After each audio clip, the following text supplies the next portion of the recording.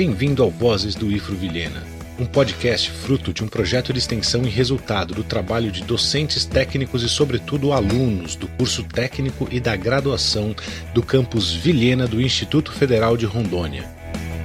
A ideia inicial, a submissão do projeto e o início dos trabalhos aconteceu durante o momento de isolamento social, ou seja, totalmente à distância. Sob todos os aspectos, esse podcast é um aprendizado que permite lidarmos com mídias, produção de conteúdo e principalmente com a transposição das barreiras não presenciais. Eu sou o professor Flávio, coordenador desse projeto, e você está no Vozes do IFRO Vilhena. Perfeito. Antes de apresentar a nossa entrevistada de hoje, eu quero agradecer a disponibilidade da professora Monique Menezes, que assim que a gente fez o contato com ela, algumas semanas atrás, propondo esse bate-papo, essa conversa no nosso podcast aqui do Instituto Federal de Rondônia, o campus Vilhena, ela se mostrou extremamente receptiva. Então, vou fazer uma breve apresentação da nossa convidada e no decorrer também da nossa conversa a gente vai tirando algumas dúvidas e fazendo as nossas perguntas e questionamentos. Pois bem, Monique Menezes, ela tem graduação em Ciências Sociais pela Universidade Federal Fluminense, a UF. Ela é mestra e doutora em Ciência Política pelo Instituto Universitário de Pesquisas do Rio de Janeiro, o IUPERJ. Ela também é especialista em concessões e parcerias público-privada pela Fundação da Escola de Sociologia e Política de São Paulo. Ela atualmente é professora associada do mestrado, do bacharelado em Ciência Política da Universidade Federal do Piauí. Ela participa também de um programa interessantíssimo chamado Women's Leadership Network da Universidade de Colômbia. É coordenadora do Núcleo de Pesquisa do Instituto Instituições e Políticas Públicas, UNIP. Enfim, tem um longo currículo aí que a gente pode explorar. E atualmente ela é secretária também municipal de concessões e parcerias de Teresina, a capital do Piauí. Essa é a nossa convidada de hoje, a professora e minha amiga Monique. Monique, muito boa noite. Eu gostaria que você contasse, eu li um pouco aqui da sua trajetória e do seu currículo, tentei resumir ao máximo, que tem muita coisa. Só uma coisa que você acho que a gente tem que tomar cuidado, viu, Ricardo? Esse povo que o podcast já é o currículo deles, de tão importante que eles são, assim, eu acho que a gente tem que tomar cuidado de trazer essas pessoas para cá, tá? Já acabou o podcast, já não temos mais tempo depois de ler o currículo da Monique. Não, que isso. Pois é, e eu pulei várias partes. Pulei. Monique, você poderia falar um pouco da sua trajetória acadêmica e profissional também? E uma coisa bem interessante, que eu acabei não lendo também na apresentação, que você fez parte da empresa Júnior de Ciências Sociais, que era analítica. Então, você poderia contar um pouco dessa sua trajetória para que nós tivéssemos esse contato um pouco mais profundo, por gentileza? Bom, primeiramente queria agradecer ao Ricardo, dar boa noite, né? Na verdade, pelo menos aqui para mim é boa noite, não sei bom o dia. fuso horário. Quero dar boa noite para vocês, a todos e a todas aí. E gostaria também de agradecer o convite do Ricardo, é um prazer participar. É o meu segundo podcast que eu participo já e achei bem bacana. Eu sou uma fã de podcast, ouço vários, então quero ouvir esse também depois. Falando um pouco da minha trajetória acadêmica, como o Ricardo mencionou, eu comecei a estudar na Universidade Federal Fluminense, no curso de Ciências Sociais, junto com o Ricardo. À época, eu não vou dizer o ano, né, para não denunciar nossas idades aqui. E o curso de Ciências Sociais, ele é um curso que ele é muito interessante quando a gente entra, porque a gente às vezes não sabe exatamente o que vai fazer, o que ele é. A gente entra pensando uma coisa, na verdade é outra. Ele abre muitos caminhos. E um caminho que o curso, eu logo assim que entrei, vi que tinham 3 áreas, né? Que é a ciência política, a sociologia e a antropologia. E sempre me interessei logo de cara pela ciência política. E a gente tinha uma empresa júnior no curso, que era do curso de Ciências Sociais, né? E tinham alunos que eram todos interessados nas 3 áreas, mas principalmente da Sociologia e da Ciência Política. E eu acho que o mais interessante que eu vejo na empresa Júnior é que ela me ensinou muito a trabalhar de forma horizontal, que é uma forma moderna da gente trabalhar, porque nós éramos alunos, tínhamos que tomar decisões de projetos de pesquisa e nós não tínhamos chefe, né? Um não mandava no outro. No começo eu entrei como membro e posteriormente virei diretora financeira. Sempre tive interesse nessa parte financeira, de organização, e é uma parte que geralmente ninguém gosta muito, porque vai mexer com dinheiro, as pessoas têm medo. Eu não tenho medo de mexer com dinheiro, se você mexer corretamente, né? Então não tinha problema com isso. E eu acho que a principal lição, primeiro que me ensinou a prática da ciência política, das ciências sociais de um modo geral, a fazer pesquisa do início ao fim, que eu sei que muitos amigos meus que passaram pelo mesmo curso que eu, tiveram a mesma formação que eu, não tiveram essa experiência porque não participaram da empresa Júnior. Isso do ponto de vista profissional da área de ciências sociais. Mas eu acho que para além da área de ciências sociais, uma lição para a vida é aprender a trabalhar de maneira horizontal, não hierárquica. Para citar isso como exemplo, isso acontece muito, Ricardo e Flávio, na nossa atuação como professores no departamento. Por mais que a gente tenha um chefe de departamento, um coordenador de área, aí depende da organização de cada instituição, amanhã você é chefe dessa pessoa, amanhã você é o coordenador. É difícil essa hierarquia, né? Quando a gente trabalha no meio acadêmico, em aula, numa instituição de ensino, né? Principalmente pública. Eu acho que talvez na iniciativa privada isso seja mais claro. Mas, assim, a gente se sente igual entre os pares. A gente vai para o colegiado para decidir os problemas, ou seja o que for do curso, né? Que a gente atua de maneira horizontal, tanto que é um colegiado, é votado. Então, você tem que aprender a escutar, aprender a dialogar, a argumentar e, às vezes, ter a sua opinião vencida, né? Então, nesse ponto, eu acho que foi a principal lição que eu aprendi da empresa Júnior para a vida. Para além também de aspectos mesmo profissionais, que eu acho que me deram vantagens em relação a outros colegas. Então, assim, falei da minha trajetória do profissional, não, falei só no caso da minha participação na empresa Júnior. Como o Ricardo falou, logo depois que eu saí da Universidade Federal, eu fui para o UPERJ fazer mestrado e doutorado. E já comecei já trabalhava, também trabalhei na Fundação Getúlio Vargas durante todo o meu doutorado e mestrado. Fiz um ano de doutorado de sanduíche na Universidade da Califórnia, em San Diego. E sempre trabalhando, né? Trabalhei em alguns projetos já para o Ministério na época do planejamento, que era uma pesquisa de satisfação, que me ajudou muito. A empresa Júnior me deu essa experiência para trabalhar nesse projeto, ainda como mestranda. E quando eu terminei o doutorado, eu fiz um concurso aí para o Rio de Janeiro. Aí não, pensando que o Ricardo está no Rio. Lá para o Rio de Janeiro.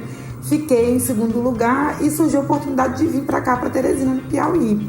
Um aproveitamento de vaga. E eu não pensei 2 vezes. E não me arrependi. Porque muita gente falou assim, você vai para tão longe, vai para o Piauí. Né? A gente que é do Sudeste, muitas vezes tem preconceito. Não eu, né? Mas há algumas pessoas que são do Sudeste pensando no Norte e Nordeste de maneira mais preconceituosa. Eu acho que isso mudou muito nos últimos anos, né? Quanto tempo faz isso, Monique? Desculpa, você está no Piauí desde quando?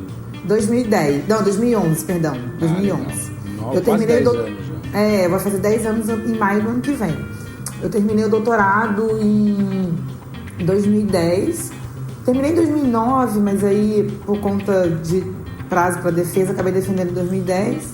Banca, né? Formação de banca. E aí eu fiz um concurso, na mesma semana que eu terminei o doutorado, prestei um concurso público para uma universidade federal no Rio. Passei em segundo lugar, e aí por ter passado em segundo lugar, tinha um amigo que tinha estudado comigo no UPERJ, perguntou se eu não queria ir para o Piauí para fazer um aproveitamento de vaga. Monique, aí eu falei assim, vou. Mas eu lembrando dessa história, para não ficar um papo de comadre aqui entre a gente, mas eu lembro que nessa mesma época a Universidade de Goiás também estava te chamando. Você lembra que tinha essa dúvida? Lembro. Foi um período de expansão de vagas, né? final do mandato do Lula, se eu não me engano, né? Porque a Dilma entrou em 2011, né? A eleição em 2010, se eu não me engano. Não, 12. 3 mais 7 isso. Foi na virada.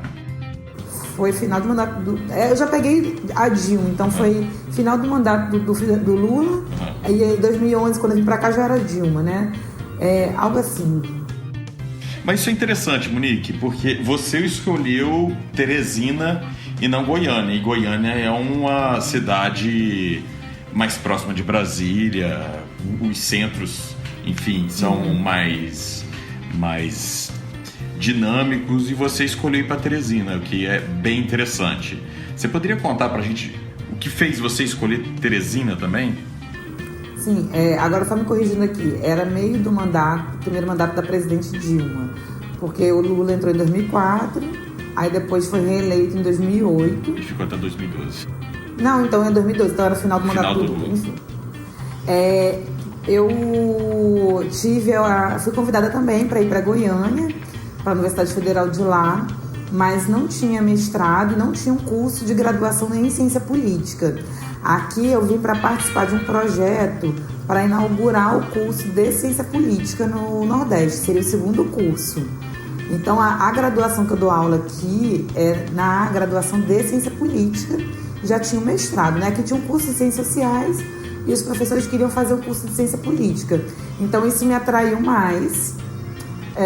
Eu lembro também que conversei com algumas pessoas que falaram, me aconselharam também, olha, Goiânia é legal, mas Goiânia é muito próximo de Brasília, você vai ficar sempre à sombra da UNB, né, em termos regionais.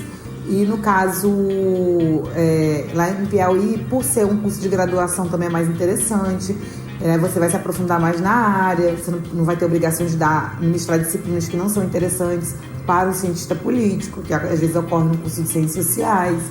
Então tudo isso pesou para eu escolher Teresina, além do fato também de ter um mestrado já em ciência política, né?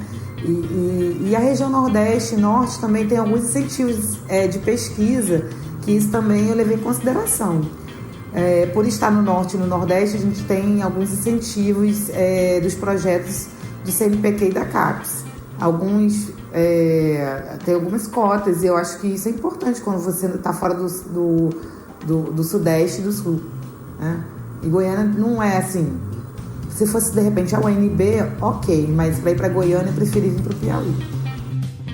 Monique, de tudo isso que você falou, e é muito legal entender trajetória, por que as pessoas tomam decisões, né? E aí você coloca duas coisas que me parecem muito claras, assim.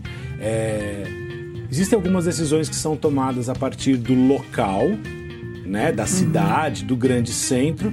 Existem algumas decisões, me corrige se eu estiver errado, que são tomadas a partir do fazer, do que é possível fazer em determinado local, né? Profissionalmente e pela comunidade que está em volta. E isso me parece muito conectado com essa história da empresa júnior, com essa história das parcerias público-privadas, das concessões, que é inclusive com o que você trabalha hoje em dia. Então, assim, número 1, eu estou certo em fazer isso, em pensar dessa forma, ou seja, as suas decisões também foram pautadas por isso, por essa possibilidade que você enxergou em Teresina de realizar coisas mais bacanas. E que coisas são essas, né? Que dentro dessa via que você tem de trabalho, que envolve parceria, que envolve concessão, que envolve o poder público se somando, né? E absorvendo também o privado para realizar as coisas. Que coisas são essas? O que você faz? Em que medida a empresa júnior foi relevante nesse processo, no seu trabalho de hoje? Conta um pouco o que você faz. Eu vou falar sobre o que eu faço, mas antes eu vou dar só um passo atrás, dizendo o seguinte, que quando eu vim para Teresina eu não imaginava ir trabalhar na prefeitura, né? Eu pensei sim, que aqui eu poderia desenvolver mais pesquisas, poderia contribuir mais do ponto de vista acadêmico local. Isso foi um pensamento que eu tive, sim. Mas eu acho que o que me ajudou também na empresa júnior, que eu não citei lá no início, é que quando a gente trabalha na empresa júnior, a gente faz muito trabalho voluntário. Eu sei que muitas vezes é difícil, mas o trabalho voluntário, ele abre muitos caminhos pra gente, né? Então, isso foi uma coisa que eu aprendi lá na empresa júnior, que apresentou resultado aqui em Teresina. Quando eu cheguei aqui em Teresina, logo eu fui convidada para participar de um projeto que era de um grande seminário internacional. Seria o grande primeiro seminário internacional do curso de Ciências Sociais ainda, porque a gente só foi montar o curso de Ciência Política em 2012. Demora, né, esse processo de montagem de curso. E aí eu me destaquei nesse projeto, e a partir desse destaque que eu tive nesse projeto, que foi totalmente voluntário, foi muito trabalhoso, eu fui convidada a participar do plano de governo do pré-candidato, na época, o prefeito atual, que é o prefeito Firmino Filho. Isso em 2012, eu tinha chegado aqui, tinha menos de um ano. E aí foi totalmente voluntário também. Eu fiz um plano de governo, uma coisa que eu nunca tinha feito na minha vida. E isso eu acho que tem muita relação, Flávio, com aquele trabalho da empresa Júnior, né? De você não perguntar o que eu vou ganhar com isso. Eu estou aprendendo. Eu nunca tinha feito um plano de governo, mesmo sendo cientista política. E eu não tinha tido essa oportunidade. Eu falei assim, vou fazer. Não fiz sozinha, obviamente, construí com outras pessoas. Então, a partir daí, isso abriu caminhos para eu trabalhar na parte de desenvolvimento econômico, como cientista política. Eu falei assim, meu Deus, eu vou trabalhar no desenvolvimento econômico da cidade. E o atual prefeito, né, que na época eu tinha acabado de ser eleito, falou assim, eu acho que você tem plenas condições. Trabalhei no desenvolvimento econômico e cheguei hoje nas parcerias público-privadas. E aí uma característica das parcerias público-privadas que eu vejo, que tem relação com a minha área mais ampla, que é a área de ciências sociais, é que a gente na área de ciências sociais, a gente tem uma capacidade, o cientista político também, mas eu acho que a formação de ciências sociais dá mais ainda, sabe, Ricardo? Aquela capacidade de trabalhar diferentes assuntos. Então hoje eu trabalho com 10 projetos diferentes, em áreas completamente diferentes. Eu trabalhei com iluminação pública, acabei de fechar um projeto de iluminação pública, fechei tudo, já dei a prefeitura deu a ordem de serviço. Resíduos sólidos, que é coleta, tratamento, disposição final dos resíduos sólidos do município. Eficiência energética dos prédios públicos. Energia solar, mercados públicos. A gente tem projetos de adoção de espaços públicos também, projetos de imobiliário urbano. São projetos assim, os mais diversos, de diferentes áreas, muito diferentes, né? Tem um de transporte público também, mas não é exatamente transporte, mas sim os terminais, estações. Eu acho que para uma pessoa gerenciar uma secretaria na área de concessões e parcerias, o curso de Ciências Sociais ele é muito interessante, porque ele é um curso que abre uma visão, ele te dá uma visão muito ampla, que você estuda sociologia, antropologia, ciência política, né? Não sei se me fiz claro na resposta, Flávio, fui na direção que você queria. Não, super foi. E até eu fiquei pensando uma coisa. Na semana passada, a gente teve aqui o Juliano e a Dani, que são os diretores de extensão e pesquisa do campus, né, do nosso campus. E você é uma professora, né, lotada na Universidade Federal do Piauí, que hoje está trabalhando na prefeitura. Você é a síntese do que é a extensão? Você leva o conhecimento e a universidade para a ação na comunidade? Você entende que de alguma forma tem uma relação? E essa é a coisa das parcerias, da empresa Júnior. Fala um pouco de empresa Júnior. O que é empresa Júnior? Eu vou falar... O Ricardo queria fazer uma pergunta, né, mas acho que ele vai falar depois. Bom, eu acho que é a extensão, sim, né, em alguma medida, mas isso é uma característica muito forte da Prefeitura de Teresina. Eu não sou a única professora entre os secretários, nós temos um time de secretários que são professores, que são técnicos, então isso é uma característica bem forte aqui. Então é normal ir buscar na universidade as respostas e a ajuda para a solução dos problemas da cidade. Por isso exemplo, é muito legal, né? Porque o prefeito, ele é professor da universidade, né? Então eu acho que isso também ajuda. Mas assim, no caso da Covid-19 agora, né? A gente fez uma parceria com a universidade para fazer os protocolos de reabertura da cidade, né? De flexibilização. Foi feita uma parceria junto com a Secretaria de Planejamento e a equipe de saúde da Prefeitura e a equipe de saúde e economia, né? O Departamento de Economia da cidade. Falando especificamente da empresa Júnior, A empresa júnior, ela busca realmente, nesse tripé pesquisa e extensão e ensino, né? Ela ser essa parte da extensão mesmo, né? Ela é a prática, é você devolver o conhecimento que você adquire na academia para a sociedade, né? É como a universidade pode servir a sociedade, esse retorno. Então, você pode ter uma empresa júnior, por exemplo, que tenha um trabalho, por exemplo, de levar aula de política, por exemplo, para escolas do ensino fundamental, para as crianças, né? Ensinar para crianças que estejam já nos anos finais o que são instituições, o que é política, o que é participar da política, né? Aula sobre democracia, por exemplo, dos alunos. Isso pode ser uma atividade da própria empresa júnior, mesmo que não seja uma atividade remunerada. Depende se o curso às vezes tem também estágio obrigatório ou não. E também você pode fazer consultorias no sentido para até ter alguma remuneração da empresa júnior também. A gente fazia isso na analítica, a gente tanto tinha trabalhos internos para a própria universidade. Analítica externos, é o nome da empresa júnior? Da Universidade Federal Fluminense, que eu participei. Analítica. Era analítica.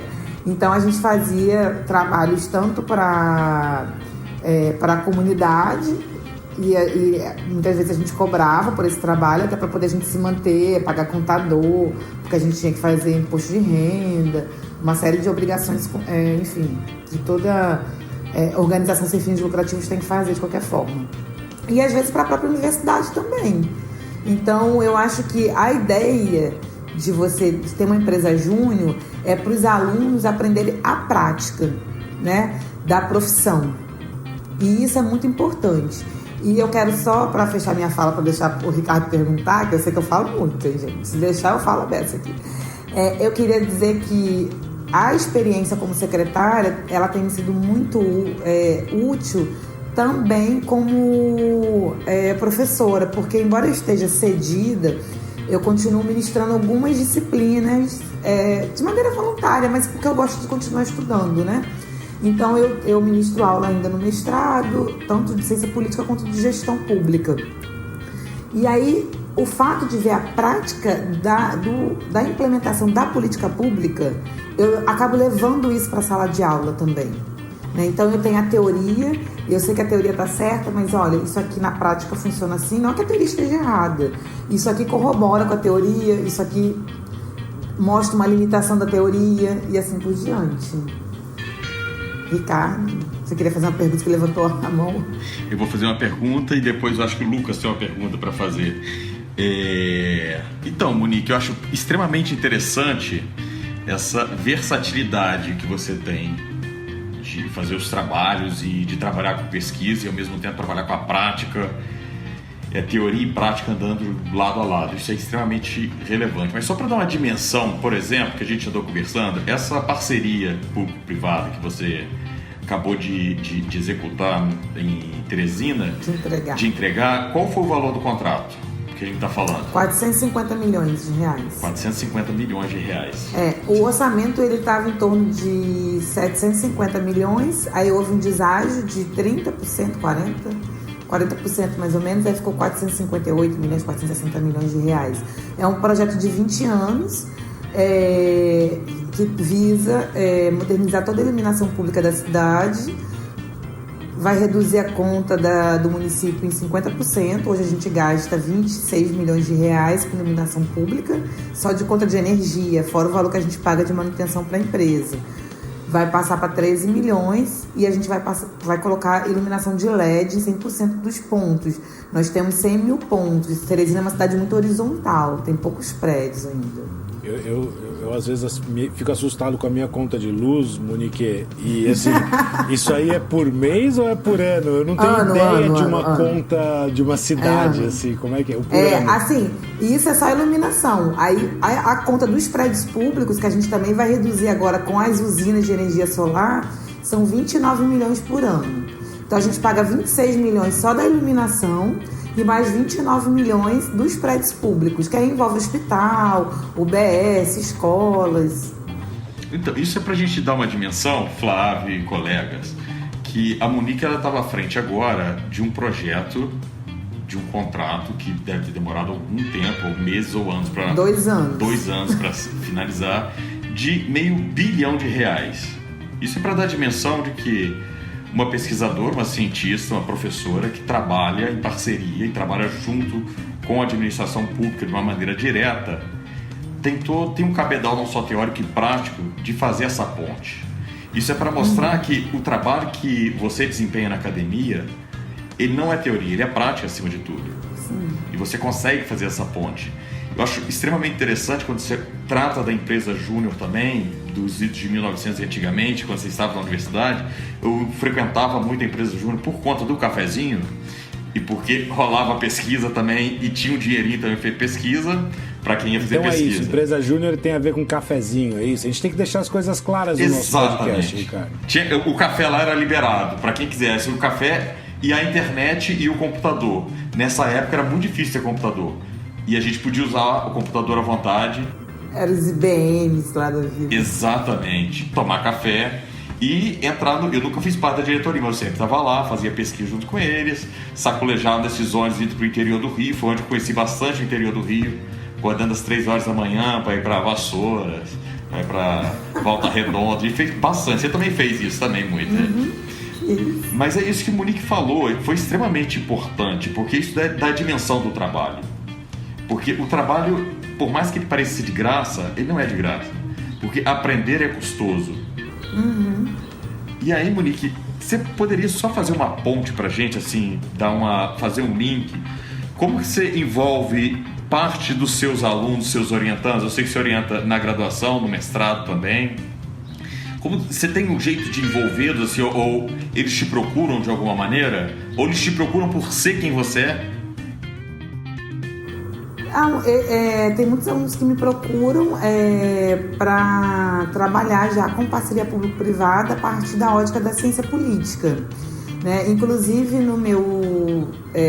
na especialização que o Ricardo citou que eu fiz pela Escola de Sociologia e Ciência Política de São Paulo, eu fiz a partir no momento que eu fui convidada para ficar à frente dessa secretaria, a Prefeitura de Teresina me ofereceu esse MBA, né, essa especialização, e eu fiz, inclusive, um artigo final, com essa ótica da ciência política, pensando a ideia de governança, porque nós temos um conselho gestor, né, nós temos que lidar com a aprovação de lei, a estruturação de um projeto de parceria público-privada envolve a área de engenharia, geralmente, a área econômica, sempre a área de engenharia, a área econômica, a área jurídica, e também a área de articulação política, porque geralmente você tem que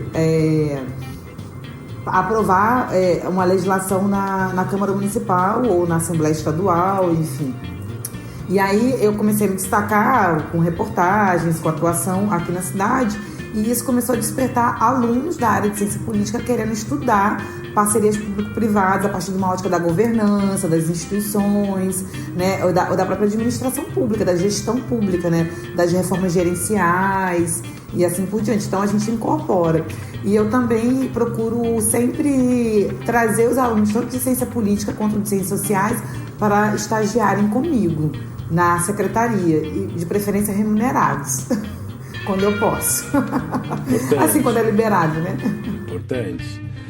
Monique, o Lucas está aqui com a gente, não vai conseguir fazer a pergunta por conta de áudio e tudo mais, mas ele tem uma pergunta que eu acho muito interessante, que é o seguinte: você, com a tua experiência, considera que em grandes centros o trabalho de uma empresa júnior é mais fácil em virtude de mais oportunidades, de redes maiores, de maior complexidade do sistema todo, ou isso, enfim, não é uma verdade e em pequenas cidades como Vilhena a gente poderia ter grandes ganhos como empresa júnior? O que você acha a respeito disso?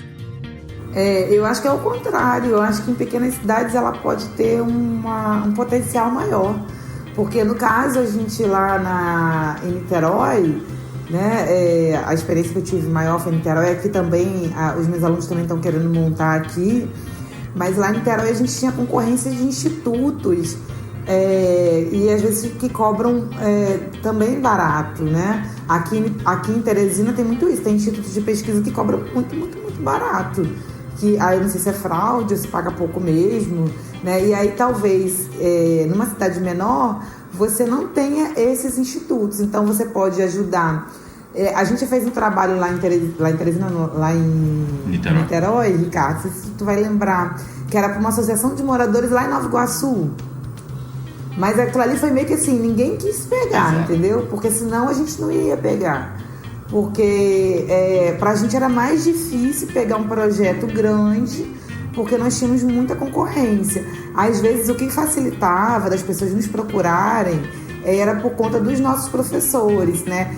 O professor pedia, ajuda meus alunos, quero dar experiência para meus alunos, mas tinham várias empresas, a concorrência é muito maior. Então talvez numa cidade menor você tenha uma concorrência menor e aí você tenha mais oportunidades. Talvez você seja o único fornecedor da cidade.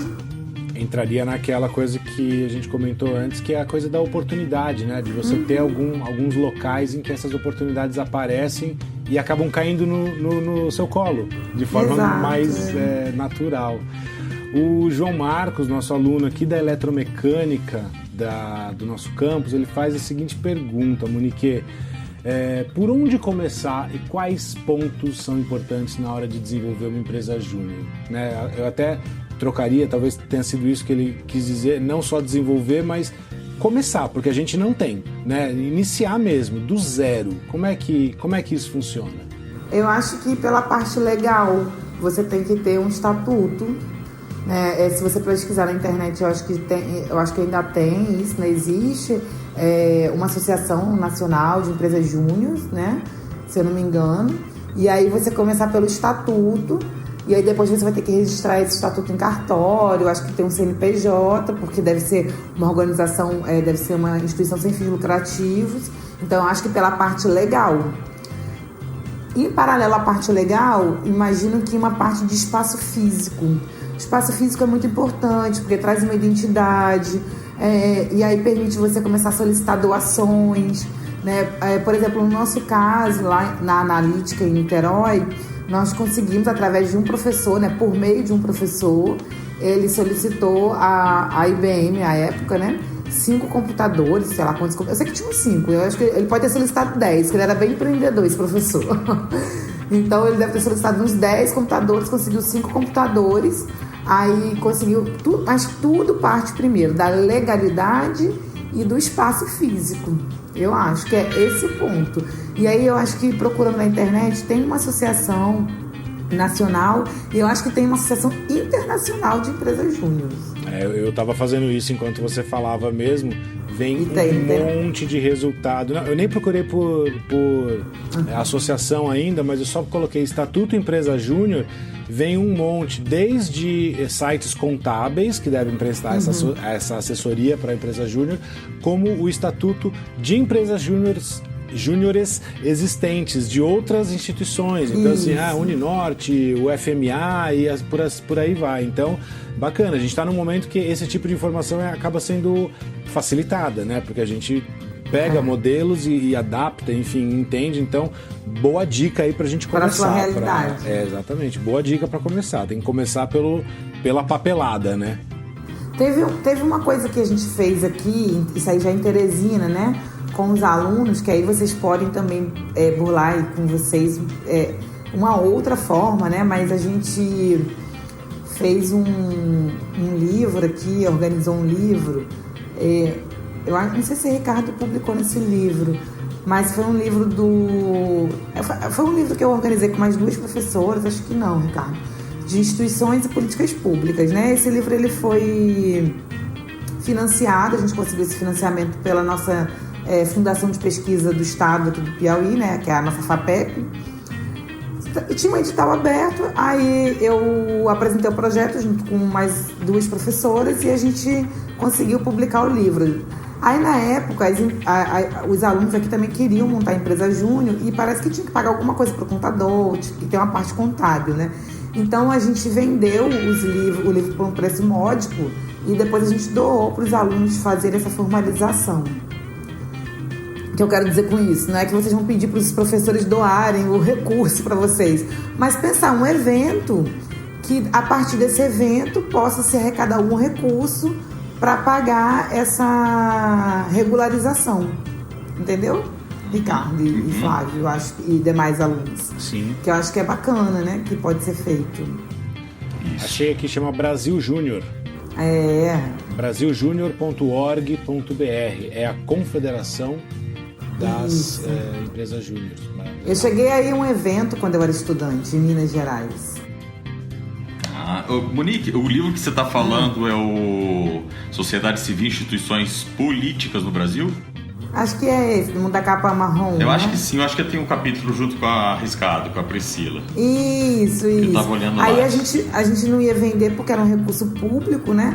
Mas a gente colocou... Não, a gente ia vender, não pode vender da CAPES, a gente vendeu por um preço bem baratinho e o valor todo que a gente arrecadou no dia do lançamento a gente doou para os alunos para fazer essa parte formal da empresa júnior aqui. Mas aqui também está bem no começo, porque entra e sai aluno, aí às vezes há uma desmotivação, mas eu acho que é importante, porque isso é um aprendizado para a vida inteira que fica para vocês. Deixa eu só complementando isso que a Monique falou, porque tem essa questão também da rotatividade dos estudantes, que uns entram, outros saem, uns ficam mais tempo, outros menos tempo, então isso pode complicar um pouco. Mas o que eu queria chamar a atenção, Monique, é assim, você tem uma versatilidade que não é tão comum nos profissionais, principalmente nos acadêmicos, que te acompanha há muito tempo. Então assim, você consegue ser uma excelente pesquisadora, uma excelente professora, publicar, dar aula, fazer projeto, tocar um monte de aluno e trabalhar na prefeitura, não é característica geral. Mas ao mesmo tempo, e aí lembrando uma questão mais de proximidade, que sempre que a gente está conversando, a empresa júnior entra na nossa discussão como um dos primeiros passos para talvez alargar esse horizonte e essa possibilidade. Você concorda com isso? O que você acha? Concordo, como eu lhe falei, porque ali a gente acaba tendo que fazer várias coisas. É claro que isso tem uma relação com uma característica pessoal, mas ali eu tive o desenvolvimento dessa característica, eu acho, entendeu? No sentido de que eu consegui fazer várias atividades diferentes, desde atividades acadêmicas até atividades mais da burocracia, né? Porque, por exemplo, muitos colegas acadêmicos não conseguem lidar com essas atividades da burocracia. Então, ser secretário municipal ou secretária municipal para algumas pessoas seria uma coisa impossível, porque a burocracia que se tem é enorme, tanto na prefeitura, mas também na universidade. E aí a empresa júnior ela também tem alguma burocracia. Então, desenvolver a burocracia, ao mesmo tempo pensar a parte acadêmica, pensar projetos, tentar vender projetos, né? Eu acho que me ajudou muito a empresa júnior nessa coisa de pensar projetos, inclusive de ir para uma área que eu atuo também, de forma mais secundária, mas que ela me ajuda muito, que é a parte de metodologia de pesquisa ou metodologia de trabalho, né? A empresa júnior me ajudou muito nisso. Então, por exemplo, eu vou aqui, já que vocês me elogiaram, então eu vou citar o meu último feito aqui, Ricardo. Não sei se eu te falei que eu apresentei um projeto para a ENAP sobre políticas públicas na área de Covid-19. Tinham 250 candidatos, eu fiquei em terceiro lugar e tô tocando esse projeto também. Você tinha falado para ele sim, porque ele já tinha me contado disso, tá? Então, assim, olha como a informação corre. Eu nem te conhecia ainda, Monique, já sabia dessa história aí. E eu acho que o que contou muito foi a questão da metodologia, né? Do aprendizado. E a empresa júnior também foi fundamental para mim nisso. Você lembra, Monique? Porque ali eu aprendi. Desculpa. Você lembra que tinha um professor nosso que falava que a gente não ia ser pago para ficar pensando, a gente ia ser pago para resolver problemas. Você lembra disso? Sim. Então eu acho que é muito isso. A gente não é pago só para ficar pensando, analisando, viajando. A gente precisa resolver problemas. Exato. A Franciele tem uma pergunta, Flávio. E tem tudo a ver com isso que a Monique falou agora, né? Porque assim, a pergunta da Franciele é o seguinte: gostaria de saber qual a decisão mais difícil que a Monique teve ao estar trabalhando na empresa Júnior. E aí é o que você falou, né? A empresa Júnior te dá a oportunidade de entrar em contato com os problemas. Só que você é uma aluna, você está em formação, e aí deve assustar um pouco algumas decisões que a gente toma. E acho que é por aí que a Franciele tá pegando, assim, como é que ali como graduanda, em contato com algumas decisões difíceis, você reagiu. E que decisões foram essas? Eu já tem tempo, Franciele, que eu fiz da empresa Júnior, mas eu me lembro de uma que foi assim, teve um certo problema, porque a gente procurava fazer rodízio de coordenação dos projetos, de modo que todo mundo tivesse experiência em coordenar um projeto. Sempre um professor, ele era o supervisor daquele projeto, né, era o responsável, mas tinha um aluno que era o coordenador do projeto, né, e pensava o projeto. E aí eu tinha, nesse projeto de Nova Iguaçu, era um projeto para uma associação de moradores. Foi uma pessoa que procurou o nosso ex-professor, o Zairo, na época, Ricardo, e aí indicou a empresa Júnior, acho que indicou o DataUF, né, que era um instituto de pesquisa que tinha na UF, e aí o DataUF indicou pra gente, porque era uma coisa menor e ele não tinha muito dinheiro mesmo.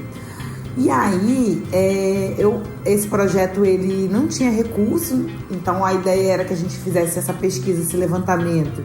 Ele era um projeto muito interessante, Flávio, porque o objetivo geral do projeto era pleitear junto ao IBGE uma mudança na definição do setor censitário num bairro lá em Nova Iguaçu.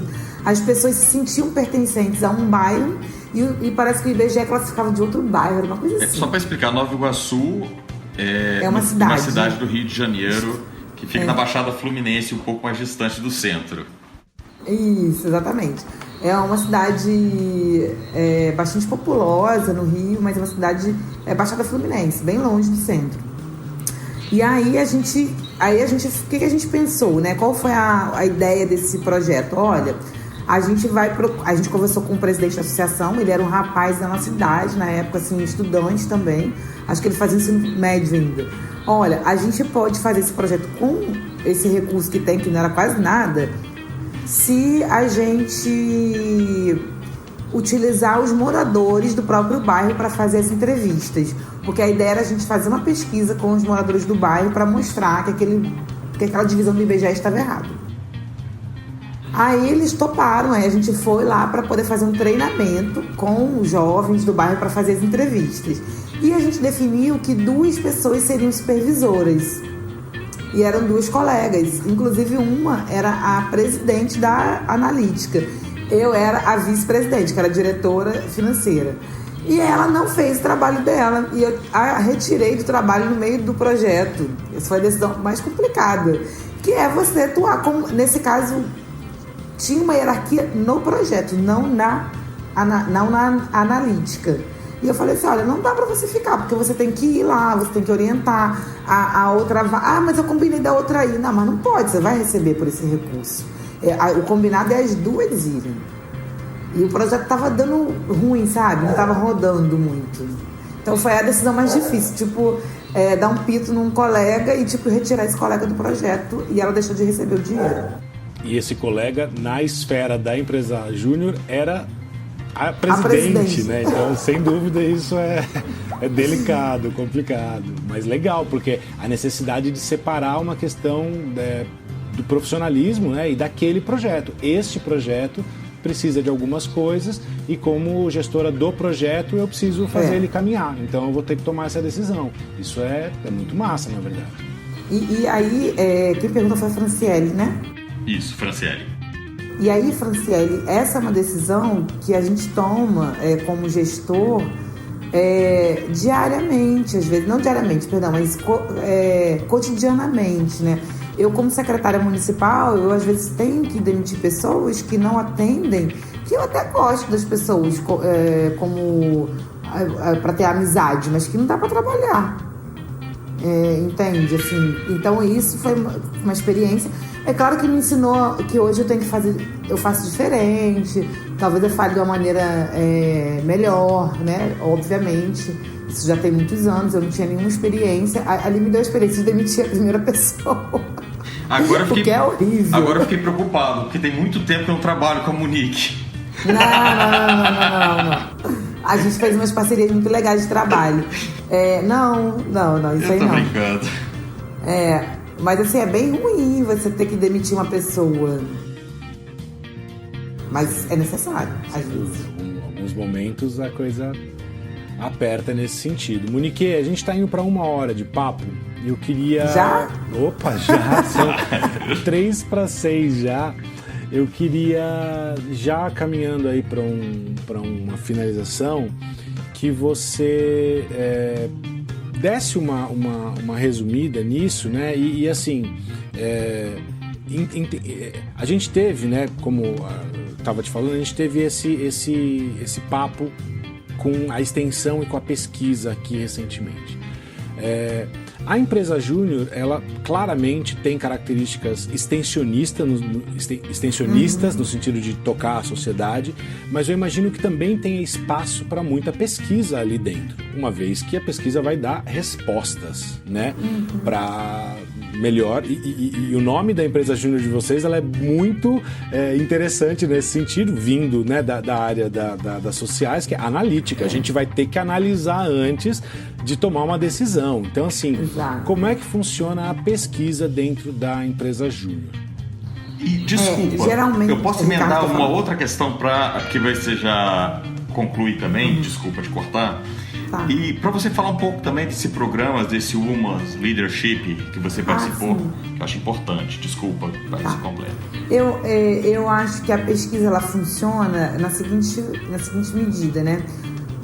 Quando a gente trabalhava na empresa júnior, na analítica, nós recebíamos muitas demandas dos professores.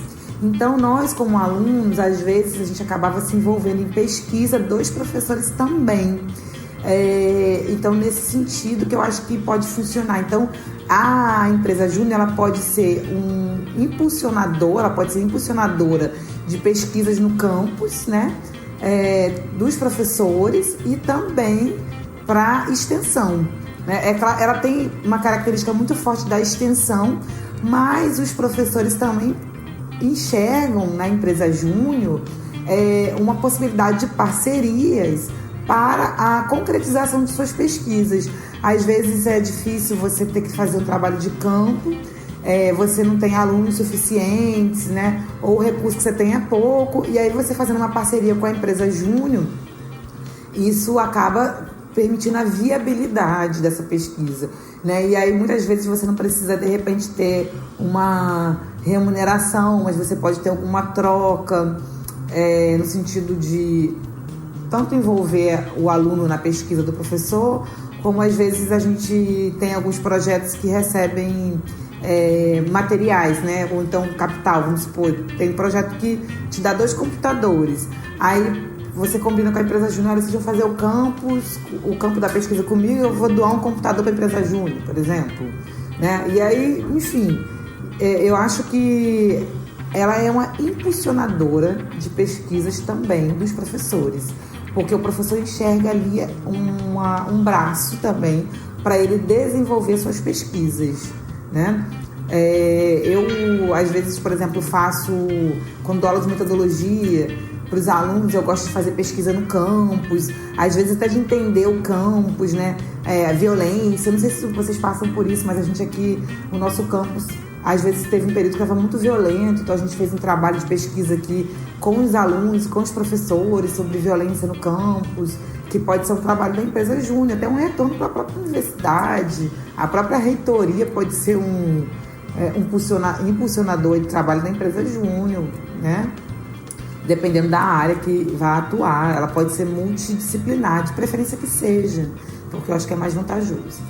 Com relação a esse programa que eu participo, o Women's Leadership Network, é um programa da Universidade de Columbia voltado para mulheres, né, Women's Leadership, mulheres que trabalham na iniciativa no poder público, e a ideia é formar líderes, né? E que a gente tem uma comunidade de mulheres que no Brasil que se comuniquem, compartilhem projetos e ao mesmo tempo a gente teve algumas aulas, foram 10 encontros. Ele é um curso que não é acadêmico, ele é um curso voltado mesmo para mãos às obras, hands-on que eles chamam, né? Acho que é um curso voltado para prática, né? Então, qual é o objetivo? Mão na massa, é outro termo, mas é isso aí, mão na massa. O objetivo do curso é empoderar mulheres que estão no serviço público. E aí a gente teve 10 encontros ao longo do ano de 2019, que ia fechar no início de 2020, foi justamente em março. E acabou estendendo, né? A gente está tendo encontros online, foi bom, só nesse lado aí a pandemia pra gente. E a ideia desses encontros era mostrar situações em que a mulher precisa se empoderar, mostrar situações de empoderamento da mulher, mostrar situações de preconceito que existem ainda, né? Situações misóginas, né? E empoderar mesmo. Então a direção do curso trazia especialistas na área de pessoas especializadas na área de empoderamento. Muitas mulheres que trabalhavam até com homens, aí vinham para empoderar a gente, nós como mulheres, né? Então falava, por exemplo, síndrome de impostora. O que é a síndrome da impostora? Será que eu posso, gente? Será que eu consigo? Né? Eu mesma, quando fui convidada para ser secretária municipal de desenvolvimento econômico, eu falei assim, mas eu não sou economista. E o prefeito, mas eu tenho certeza que você vai dar conta. Isso é síndrome de impostora. Hoje eu vejo isso muito claramente. Você não enxergar o potencial que você tem. Então o curso trabalha muito isso, né? Esse curso. E cria essa rede. Então eu tenho hoje 2 grupos de WhatsApp com mulheres em diversas posições no setor público, espalhados pelo Brasil inteiro. Do Iapoque ao Chuí, né? Do Iapoque ao Chuí. Tem uma moça que é da região norte, que é uma promotora, e ela acho que, eu não sei se é Belém, eu não tenho certeza se é da cidade de Belém, mas ela é promotora e professora da universidade, a gente fez um trabalho juntas, então a gente tem contato uma com a outra, assim, de norte a sul do país. E esse que é o objetivo desse projeto.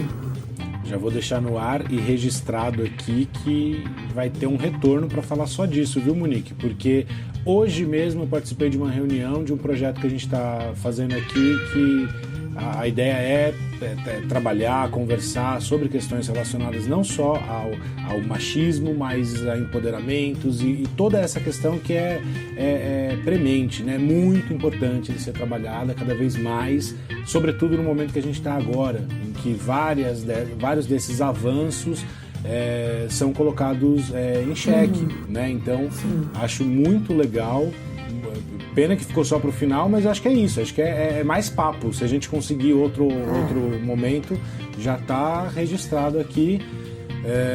Queria saber se alguém tem mais alguma coisinha, porque eu vou agradecer a Monique pela hora inteirinha que ela passou com a gente, trazendo tanta informação, tanta experiência que ela trouxe e dessa forma tão legal, né? Reconhecendo que a experiência lá da graduação de uma iniciativa, né, de uma instituição voltada para estudantes ainda é tão presente na vida dela como professora, como secretária municipal, ou seja, quanto a essas iniciativas extensionistas de pesquisa,